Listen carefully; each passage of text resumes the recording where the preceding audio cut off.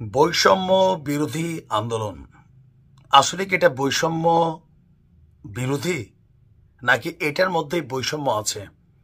স্পষ্টত সারা বাংলাদেশের মানুষ জানে এটার মধ্যেই সবচেয়ে বড় বৈষম্য। কারণ এই আন্দোলনের পরবর্তী সময় যারা উপদেষ্টা পদে, সমন্বয়ক পদে সারা বাংলাদেশে প্রভাব প্রতিপত্তি বিস্তার করেছেন প্রত্যেকেই ঢাকা ইউনিভার্সিটির ছাত্র। এর উপরে বন্ধু বান্ধব লেভেল, জাতীয় নাগরিক কমিটি বলেন, বৈষম্য বিরোধী বলেন, প্রত্যেকটা জায়গায় নাহিদ, আসিফ, সার্জিস, তারপর হচ্ছে হাসনাত, তারপর হচ্ছে যে মাহফুজ, তারপর হচ্ছে আপনার এই যে আরও যারা আছে, এরা 90% ছেলে একে অন্যকে চিনে 5 বছর। এরাই উপদেষ্টা পরিষদে, তারাই বৈষম্য বিরোধীর প্রধান পদে। আবার যে নতুন আরেকটা কমিটি হচ্ছে, এটাতেও তারা, রাজনৈতিক দলগুলোর পদগুলোতেও তারা। এই যে বৈষম্য, তাহলে বৈষম্যটা দূর করবে কে? দেখেন, কথাগুলো কিন্তু আমার না, এই কথাগুলো হচ্ছে এই বৈষম্য বিরোধী আন্দোলনের অন্যতম সমন্বয়ক চট্টগ্রামের রাফি। তার বক্তব্যটা আমার কাছে ভাল লাগছে যে আজ বুধবার বিকেলে নতুন ছাত্র সংগঠন ঘোষণা করবে বৈষম্য বিরোধী ছাত্র আন্দোলনের সমন্বয়করা।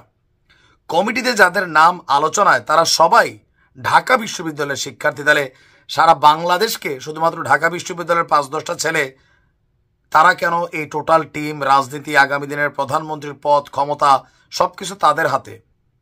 বাকি ইউনিভার্সিটিগুলো কোথায়? প্রাইভেট ইউনিভার্সিটিগুলো কোথায়? এই ঢাকা ইউনিভার্সিটির কয়জন ছাত্র মারা গেল, কিন্তু ক্ষমতা টেকনিক্যালি একটা বন্ধু সার্কেল, তারা সবাই নিজেরা ক্ষমতাটাকে কুক্ষিগত করছে, টেকনিক্যালি এটাই করছে। তো রাফি বলছেন যে নতুন রাজনীতিতে ঢাবি মানে ঢাকা বিশ্ববিদ্যালয় এবং ঢাকা কেন্দ্রিকতা বন্ধ হওয়া উচিত। আমরাও চাই সারা বাংলাদেশ সমানভাবে ডেভেলপ করুক, কিন্তু আসলে কি তাই হচ্ছে? হচ্ছে না।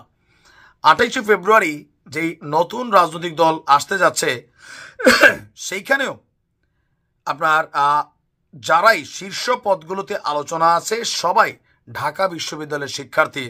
রাফি যেটা বলতে চাচ্ছে, তাহলে বৈষম্যটার অবসান হলো কোথায়? আসলে কিন্তু হয় নাই। তাদের এই মানে সার্কেলের বাহিরে আপনি এখানে কাকে পাচ্ছেন যে আলাদা, যে পঞ্চগড়ের একটা ছেলে সে একটা বড় পদে চলে আসছে, অথবা ধরেন কুমিল্লার একটা ছেলে, এদেরকে ওই যে লামসাম কমিটি দিয়ে বুঝ দিয়া এলাকার মধ্যে ধরেন এক গ্রুপ আরেক গ্রুপের ভিতরে লাগালাগি ব্যস্ত।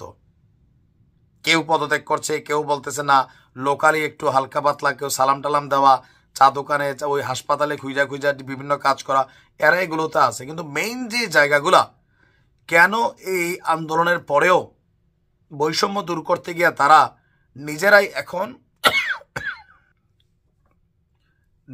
এখন তারা বৈষম্য তৈরি করছে?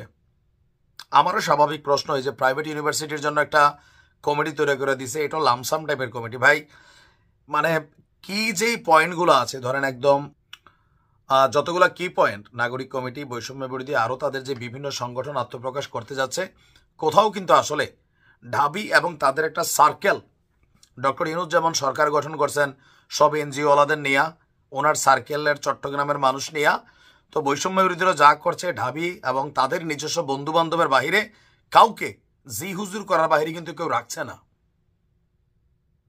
তাহলে সারা বাংলাদেশে এই 10টা ছেলেই কি সব কিছু করছে? 64 জেলায় যে আন্দোলন গঠিত হয়েছে, বাকিরা কোথায়?